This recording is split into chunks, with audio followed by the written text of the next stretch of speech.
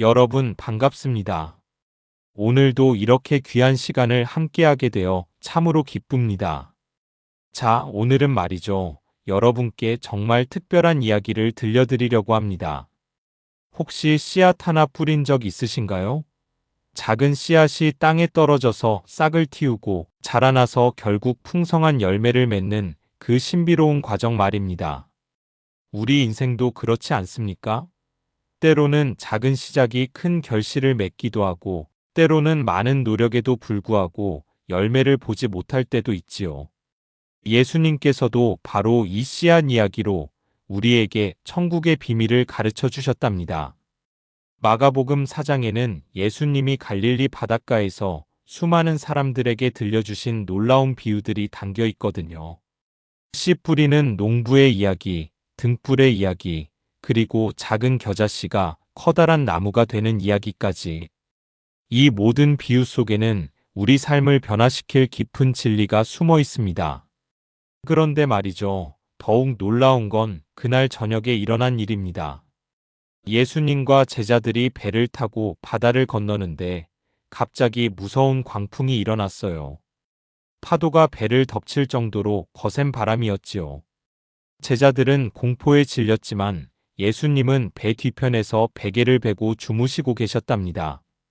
그리고 깨어나신 예수님이 하신 일은, 이건 나중에 천천히 말씀드리겠습니다. 오늘 이 시간 여러분과 함께 마가복음 4장을 통해 하나님의 말씀이 우리 삶에서 어떻게 역사하시는지, 그리고 우리의 믿음이 얼마나 중요한지를 깊이 있게 나누어 보려고 합니다. 편안한 마음으로 귀 기울여 들어주시면 감사하겠습니다. 자, 그럼 이제 본격적으로 들어가 볼까요? 때는 예수님께서 갈릴리 지방에서 복음을 전하시던 시기였습니다. 사람들의 반응이 얼마나 뜨거웠는지 아십니까? 예수님이 가시는 곳마다 사람들이 구름대처럼 몰려들었어요. 병든 사람, 소외된 사람, 진리를 갈망하는 사람들이 예수님의 말씀을 듣기 위해 밀려들었지요. 그날도 마찬가지였습니다. 갈릴리 바닷가에 워낙 많은 무리가 모여들다 보니 예수님은 배에 올라 앉으셨어요. 호수에 배를 띄워놓고 육지에 있는 온 무리를 향해 말씀하시기 시작하셨지요. 잔잔한 물결 위에 배가 살랑살랑 흔들리고 햇살이 반짝이는 갈릴리 바다를 배경으로 예수님의 음성이 울려 퍼졌습니다. 예수님은 여러 가지 비유로 가르치기 시작하셨어요. 비유라는 게 뭡니까? 우리가 일상에서 쉽게 볼 수 있고 경험하는 것들을 통해 깊은 진리를 설명하는 방법이지요. 마치 우리가 손주들에게 옛날 이야기를 들려주듯이 말입니다. 그런데 첫 번째 비유가 참 인상적이었습니다. 들으라. 예수님이 힘주어 말씀하셨어요. 듣는 것, 경청하는 것이 얼마나 중요한지를 먼저 강조하신 겁니다. 씨를 뿌리는 자가 뿌리러 나갔더니, 우리나라도 농경사회였으니까 이 장면이 낯설지 않으시지요? 봄이 되면 농부들이 밭에 나가 씨를 뿌리는 모습, 여러분도 많이 보셨을 겁니다. 손에 씨앗을 한 움큼 쥐고 넓은 밭에 고르게 뿌리는 그 모습 말입니다. 그런데 예수님의 이야기는 이렇게 시작됩니다. 씨를 뿌릴 때 어떤 씨는 길가에 떨어졌대요. 밭이 아니라 사람들이 다니는 길가에 떨어진 거예요. 그러니까 어떻게 됐겠습니까? 땅이 단단하게 다져진 길가에서는 씨가 땅속으로 들어갈 수가 없었어요. 그냥 겉에 드러나 있으니까 하늘을 날던 새들이 와서 쪼아 먹어버렸답니다. 아깝지 않습니까? 좋은 씨앗이 아무 열매도 맺지 못하고 새들의 먹이가 되어버린 거지요. 또 어떤 씨는 흙이 얕은 돌밭에 떨어졌어요. 우리나라 산골에 가보시면 돌이 많은 밭들이 있지 않습니까? 겉으로는 흙이 있는 것처럼 보이지만 조금만 파보면 바로 바위가 나오는 그런 땅 말입니다. 그런데 재미있는 건 이 돌밭의 씨가 가장 먼저 싹을 틔웠다는 거예요. 흙이 얕으니까 햇빛이 금방 땅을 데우고 씨앗이 빨리 싹을 틔운 겁니다. 오, 저것 봐라. 벌써 싹이 났네. 사람들이 좋아했겠지요. 하지만 기쁨도 잠시, 문제는 곧 드러났습니다. 해가 쨍쨍 내리쪼이기 시작하자 연약한 싹이 시들기 시작한 거예요. 왜냐하면 뿌리를 깊이 내릴 만한 흙이 없었으니까요. 돌밭이라 조금만 내려가면 바위가 막고 있어서 뿌리가 더 이상 자랄 수가 없었던 겁니다. 물길을 찾아 깊이 내려갈 수도 없고 영양분을 충분히 흡수할 수도 없으니 결국 말라 죽고 말았습니다. 또 다른 씨는 가시떨기 속에 떨어졌어요. 가시나무가 우거진 곳 말입니다. 처음에는 이 씨도 싹을 틔우고 자라기 시작했어요. 이번엔 괜찮겠구나 싶었지요. 그런데 문제는 가시떨기가 함께 자란다는 거였습니다. 가시나무들이 쑥쑥 자라면서 좋은 씨앗을 둘러싸고 햇빛을 가리고 영양분과 물을 빼앗아 버렸어요. 결국 이 씨앗도 길을 펴지 못하고 가시떨기에 막혀 열매를 맺지 못했답니다. 하지만 마지막 씨는 달랐습니다. 좋은 땅에 떨어진 씨 말이에요. 이 씨는 싹이 나고 자라서 결실을 맺었는데 그것도 보통 결실이 아니었어요. 어떤 것은 30배, 어떤 것은 60배, 또 어떤 것은 100배의 열매를 맺었다고 합니다. 상상이 되십니까? 씨앗 하나를 심었는데 배갈이 되어 돌아오는 겁니다. 이게 바로 농부의 기쁨이지요. 예수님은 이 이야기를 마치시고 이렇게 외치셨습니다. 듣는 귀 있는 자는 들으라. 그 자리에 모인 사람들은 서로 얼굴을 바라보며 속삭였을 겁니다. 이 말씀이 무슨 뜻일까? 왜 씨앗 이야기를 하시는 거지? 머리를 갸우뚱했겠지요. 그날 저녁이 되었습니다. 무리가 흩어지고 예수님은 12제자를 비롯한 가까운 사람들과 함께 계셨어요. 그때 제자들이 조심스럽게 물었습니다. 주님, 그 비유가 무슨 뜻입니까? 우리에게 설명해 주십시오. 예수님은 제자들을 바라보시며 말씀하셨습니다. 너희에게는 하나님 나라의 비밀을 아는 것이 허락되었지만 외인에게는 모든 것을 비유로 하노니. 여기서 잠깐 우리가 생각해 볼 게 있습니다. 왜 예수님은 비유로 말씀하셨을까요? 더 쉽게 이해시키려고 비유를 드신 것 아닐까요? 물론 그런 면도 있습니다. 하지만 더 깊은 이유가 있어요. 비유는 듣는 사람의 마음 상태에 따라 다르게 들립니다. 진리를 간절히 구하는 사람에게는 비유가 문을 여는 열쇠가 되지요. 하지만 마음을 닫고 있는 사람, 교만하게 자기 생각에만 갇혀 있는 사람에게는 비유가 오히려 장벽이 됩니다. 듣기는 들어도 깨닫지 못하고 보기는 보아도 알지 못하는 거예요. 이것이 바로 예수님이 말씀하신 이사야 선지자의 예언이었습니다. 보기는 보아도 알지 못하며 듣기는 들어도 깨닫지 못하는도다. 그리고 예수님은 제자들에게 씨 뿌리는 비유를 자세히 설명해 주셨습니다. 씨를 뿌리는 자는 말씀을 뿌리는 것이니라. 아, 그렇구나. 씨앗은 바로 하나님의 말씀이었던 겁니다. 그리고 농부는 말씀을 전하는 사람이고요. 그럼 길가에 떨어진 씨는 뭘까요? 이것은 말씀을 듣기는 들었지만 마음이 완전히 굳어버린 사람들을 말합니다. 마치 사람들이 수없이 밟고 다녀서 단단하게 다져진 길처럼 이들의 마음은 세상의 염려와 욕심 그리고 교만으로 굳어져 있어요. 말씀이 들어갈 틈이 없는 겁니다. 그래서 사탄이 즉시 와서 그 뿌려진 말씀을 빼앗아 가버립니다. 마치 새가 씨를 쪼아먹듯이 말이지요. 여러분, 혹시 이런 경험 있으신가요? 교회에서 은혜로운 설교를 들었는데 교회 문을 나서는 순간 벌써 무슨 말씀이었는지 기억이 안 나는 경험 말입니다. 이게 바로 사탄이 말씀을 빼앗아가는 겁니다.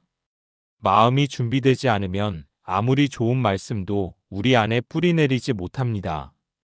그 다음 돌밭에 떨어진 씨는 어떤 사람들일까요? 이들은 말씀을 들을 때 즉시 기쁨으로 받습니다. 굉장히 열정적이에요. 아멘, 할렐루야 외치면서 은혜 받았다고 좋아하지요. 마치 돌밭의 씨가 빨리 싹을 틀었듯이 말입니다. 하지만 문제는 뿌리가 없다는 겁니다. 잠깐 견딜 뿐이에요. 말씀으로 인해 환난이나 박해가 일어나면 곧 넘어져 버립니다. 이렇게까지 힘들 줄 몰랐어요 하면서 포기하고 마는 거지요. 신앙생활이 항상 즐겁고 행복하기만 할 거라고 생각했는데 시련이 오니까 견디지 못하는 겁니다. 우리 인생을 돌아보면 어떻습니까? 처음 예수님을 믿을 때의 그 뜨거운 마음, 그 간격이 얼마나 오래 갔나요? 시련이 왔을 때, 어려움이 닥쳤을 때 우리는 어떻게 반응했나요? 뿌리 깊은 신앙이 있었나요? 아니면 쉽게 흔들렸나요? 세 번째, 가시떨기에 떨어진 씨는 또 다른 부류의 사람들입니다. 이들도 말씀을 듣습니다. 그리고 받아들이기도 해요. 싹도 틔우고 자라기 시작합니다. 문제는 그 다음입니다. 세상의 염려, 재물의 유혹, 그리고 다른 것들에 대한 욕심이 함께 자라나는 거예요. 마치 가시나무가 쑥쑥 자라면서 좋은 씨앗을 질식시키듯이 말입니다. 교회는 나가야지, 믿음은 지켜야지 하면서도 세상 일에 너무 빠져서 말씀대로 살지 못하는 겁니다. 이번 주는 너무 바빠서 예배 못 갔어요. 헌금은 다음 달에 하지 뭐. 기도는 좀 쉬어도 되겠지. 이렇게 하나씩 하나씩 우선순위에서 밀려나다 보면 어느새 신앙생활이 형식만 남게 됩니다. 가시떨기에 막혀 열매 맺지 못하는 거지요. 특히 우리나라처럼 경쟁이 치열한 사회에서는 더욱 그렇습니다. 자녀 교육, 노후 준비, 건강 걱정. 걱정할 게 한두 가지가 아니잖아요. 그러다 보면 정작 중요한 것, 영원한 것을 놓치기 쉽습니다. 하지만 좋은 땅에 뿌려진 씨는 다릅니다. 이들은 말씀을 듣고 받아들입니다. 그리고 열매를 맺어요. 30배, 60배, 100배로 말입니다. 좋은 땅이란 어떤 마음일까요? 첫째, 말씀을 들을 준비가 된 마음입니다. 겸손하게 자기를 낮추고 주님, 제게 말씀해 주세요라고 간절히 구하는 마음이지요. 둘째, 말씀을 깊이 받아들이는 마음입니다. 한 귀로 듣고 한 귀로 흘려보내는 게 아니라 마음 깊이 새기고 묵상하는 거예요. 마치 소가 되새김질하듯이 말씀을 반복해서 생각하는 겁니다. 셋째, 말씀대로 순종하는 마음입니다. 듣기만 하고 행하지 않으면 소용없어요. 야고보서에 나오지 않습니까? 말씀을 행하는 자가 되고 듣기만 하여 자신을 속이는 자가 되지 말라고요. 넷째, 인내하는 마음입니다. 농사가 하루아침에 되나요? 씨를 뿌리고 싹이 나고 자라고 이삭이 패고 마침내 열매를 맺기까지 시간이 필요합니다. 신앙생활도 마찬가지예요. 꾸준히 성실하게 인내하며 믿음의 길을 걸어가야 합니다. 이런 마음으로 말씀을 받는 사람은 놀라운 열매를 맺습니다. 어떤 이는 30배, 어떤 이는 60배, 어떤 이는 100배의 열매를요. 하나님께서 각 사람의 형편과 능력에 따라 열매 맺게 하시는 겁니다. 그런데 여기서 우리가 놓치지 말아야 할 게 있어요.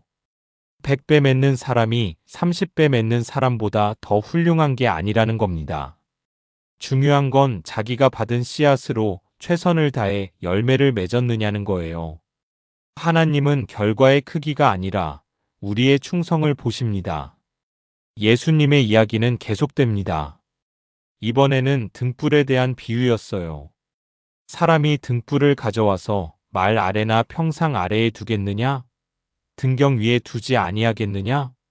그 시대에는 전기가 없었으니까 밤이 되면 기름 등불을 켜서 집안을 밝혔습니다. 그런데 등불을 켜놓고 그릇으로 덮어버리거나 평상 밑에 숨겨놓으면 어떻게 되겠습니까? 아무 소용이 없겠지요. 오히려 위험하기까지 할 겁니다. 등불은 높은 곳, 등잔대 위에 두어야 집 안 전체를 환하게 비출 수 있습니다. 예수님의 이 말씀은 무슨 뜻일까요?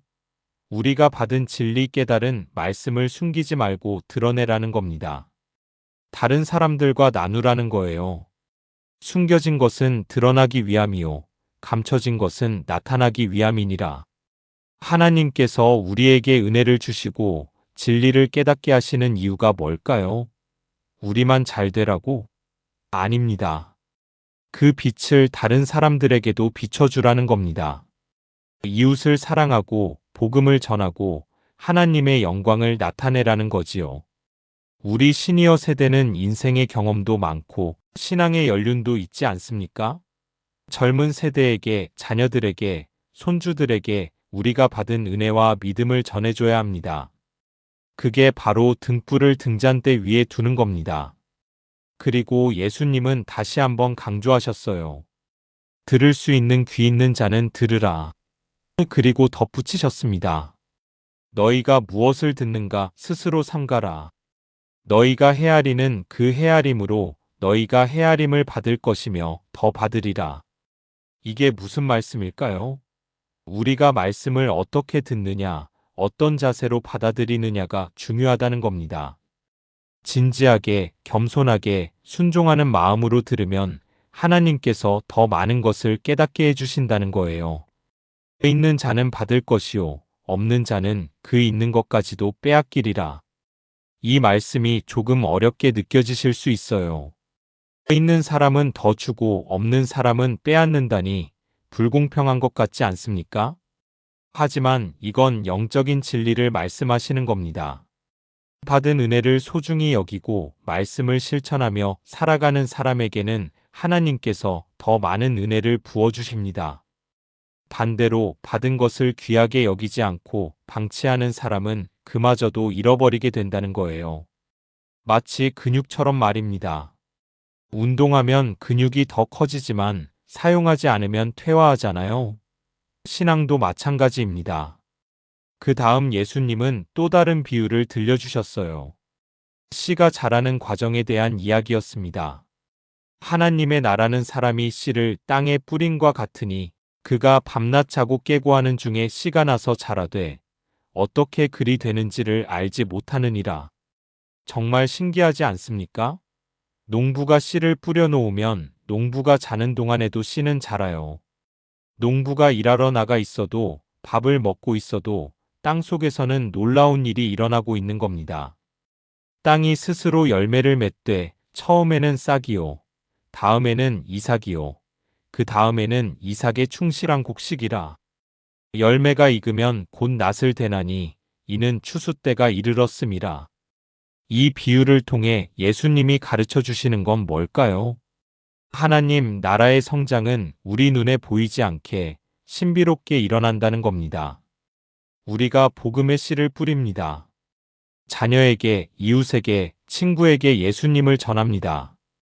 그런데 당장 눈에 보이는 변화가 없어요.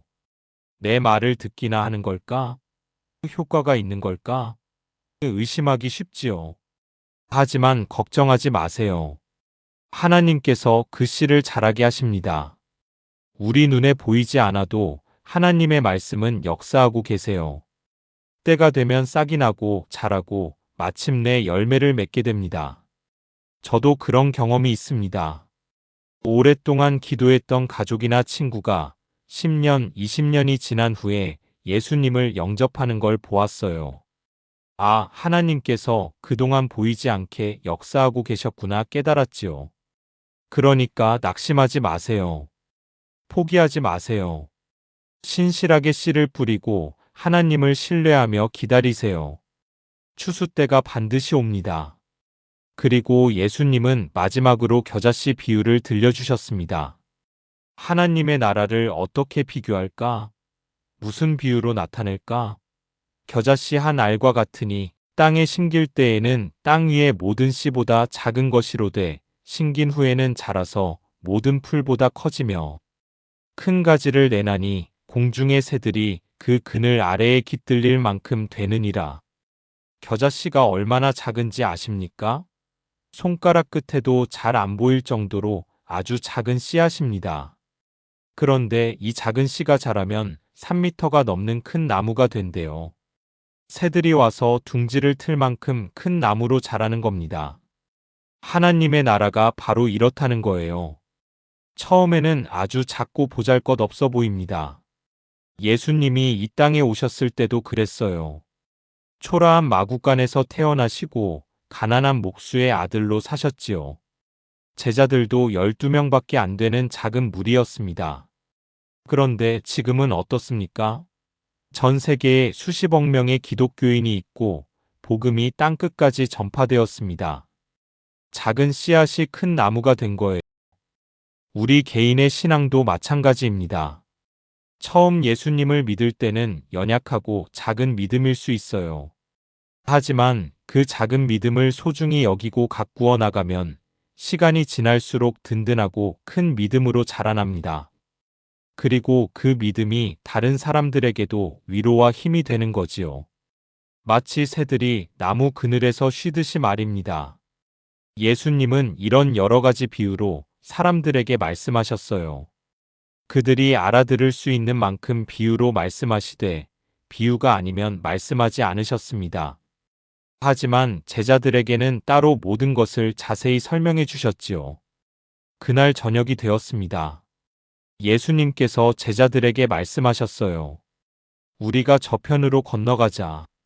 제자들은 무리를 보내고 예수님을 배에 모신 채 건너편으로 가기 시작했습니다.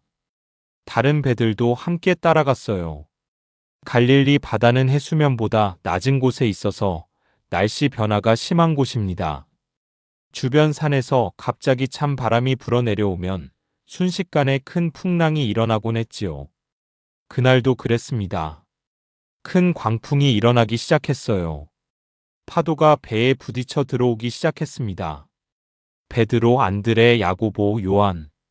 이들은 갈릴리 바다에서 평생 고기를 잡아온 베테랑 어부들이었어요.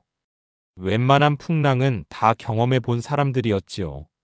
그런데 이날의 광풍은 달랐습니다. 파도가 너무 거세서 배가 물로 가득 차기 시작했어요. 이건 정말 위험하다. 제자들은 공포에 질렸습니다. 배가 가라앉겠다. 우리 죽겠다. 아우성쳤지요. 그런데 예수님은 어디 계셨을까요? 놀랍게도 배의 뒷부분, 고물에서 베개를 베고 주무시고 계셨습니다. 그 엄청난 풍랑과 소란 속에서 평안히 잠들어 계신 거예요. 제자들이 달려가서 예수님을 깨웠습니다. 선생님, 선생님, 우리가 죽게 되었는데도 돌보지 아니하시나이까? 원망 섞인 외침이었어요. 우리가 이렇게 위험한데 주무시고 계세요? 하는 마음이었을 겁니다. 예수님께서 일어나 바람과 바다를 향해 꾸짖으셨습니다. 잠잠하라. 고요하라. 그러자 어떻게 됐을까요? 바람이 그치고 아주 잔잔해졌습니다. 방금 전까지 배를 뒤엎을 듯 날뛰던 파도가 거짓말처럼 잔잔해진 거예요. 마치 처음부터 아무 일도 없었던 것처럼 말입니다. 제자들은 입이 떡 벌어졌습니다. 말문이 막혔어요. 바람과 바다를 명령으로 잔잔케 하시다니. 이게 대체 어떻게 가능한 일입니까? 예수님께서 제자들을 바라보시며 말씀하셨습니다. 어찌하여 이렇게 무서워하느냐? 너희가 어찌 믿음이 없느냐? 이 말씀이 제자들의 가슴을 찔렀을 겁니다. 예수님과 함께 배에 타고 있었는데 예수님이 함께 계시는데 왜 두려워했을까요? 예수님을 믿지 못했던 거예요. 제자들은 서로 속삭였습니다. 이분이 누구시기에 바람과 바다도 순종하는가? 이들은 예수님과 함께 지내면서 많은 기적을 보았어요. 병든 사람이 고침받고 귀신이 쫓겨나고 죽은 사람이 살아나는 것도 보았지요. 하지만 자연을 명령으로 다스리시는 모습은 처음 본 겁니다. 이 사건은 제자들에게 큰 깨달음을 주었습니다. 예수님은 단순히 훌륭한 선생님이 아니었어요. 병을 고치는 능력자도 아니었고요. 예수님은 바로 창조주 하나님이시라는 것, 온 우주를 다스리시는 주님이시라는 것을 깨달았습니다. 그리고 우리에게도 중요한 교훈을 줍니다. 우리 인생에도 광풍이 몰아칠 때가 있지 않습니까? 질병, 경제적 어려움, 가족 문제, 외로움. 때로는 배가 가라앉을 것 같은 위기가 찾아옵니다. 그런 순간에 우리는 어떻게 하나요? 공포에 사로잡혀 이제 다 끝났다 절망하나요? 아니면 예수님을 신뢰하며 평안을 유지하나요? 예수님은 우리 인생의 배에 함께 타고 계십니다. 주무시는 것처럼 보일 때도 있어요. 주님, 왜 응답이 없으세요? 왜 도와주지 않으세요? 하고 원망할 수도 있지요. 하지만 주님은 모든 것을 아십니다. 절대로 우리를 버리지 않으세요. 때가 되면 일어나셔서 광풍을 잠잠케 하십니다. 우리에게 필요한 건 믿음입니다. 두려움 가운데서도 주님을 신뢰하는 믿음 말이에요. 어찌하여 무서워하느냐? 너희가 어찌 믿음이 없느냐? 이 말씀이 오늘 우리에게도 들려옵니다. 마가복음 4장을 통해 우리는 여러 가지 중요한 진리를 배웠습니다. 첫째, 하나님의 말씀은 씨앗과 같아서 우리 마음 밭에 뿌려집니다. 우리 마음이 어떤 상태냐에 따라 열매가 달라지지요. 둘째, 받은 빛을 숨기지 말고 드러내야 합니다. 우리의 믿음과 간증을 다른 사람들과 나누어야 해요. 셋째, 하나님 나라는 신비롭게 자라납니다. 우리 눈에 보이지 않아도 하나님은 일하고 계세요. 넷째, 작은 믿음도 귀합니다. 겨자씨 같은 작은 믿음이라도 자라면 큰 나무가 됩니다. 다섯째, 예수님은 모든 것을 다스리시는 주님이십니다. 바람과 바다도 순종하는 분이세요.